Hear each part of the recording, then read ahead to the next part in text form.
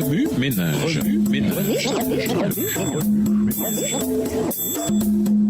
Bienvenue dans votre émission Remue ménage. Voilà au jeudi 7 juillet. Prendre soin de la création. Lisons Genèse 2, verset 15. Genèse 2, verset 15. L'Éternel Dieu prit l'homme et le plaça dans le jardin d'Éden pour le cultiver et pour le garder. Dieu nous a créés parfaits à son image et à sa ressemblance. Et il nous a donné la domination sur la création. Une domination perdue en raison de l'entrée du péché dans le monde. Ainsi, Jésus vint sur terre pour mourir en notre faveur et restaurer notre relation avec notre Père.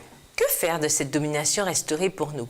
L'ordre que nous avons reçu est on ne peut plus clair. Dieu nous appelle à prendre soin de sa création. Genèse 2, le verset 15.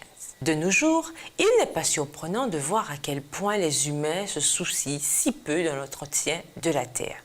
Beaucoup parmi nous tiennent pour acquis les bienfaits de la nature, laquelle fut créée pour nous soutenir et pour que nous en profitions.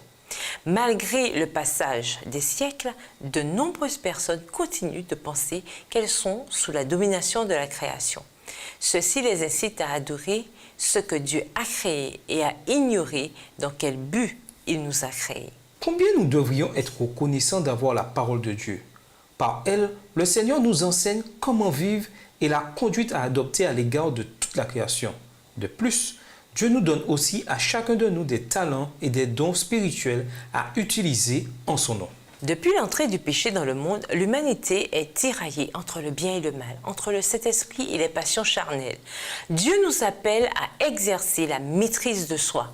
Soumettons-lui toutes nos passions et servons-nous de nos talents pour nous rapprocher du ciel et vivre en harmonie avec notre Père Céleste. Utilisons tous nos talents selon la mesure avec laquelle ils nous ont été confiés et en vue des différents objectifs à atteindre.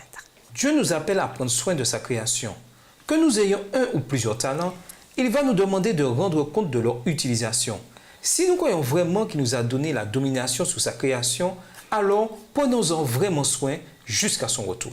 Remue ménage, que faire pour mieux nous occuper de la création? Lisez 1 Corinthiens 6, verset 19. Quel rapport y a-t-il entre notre corps qui est le temple du Saint-Esprit et la création?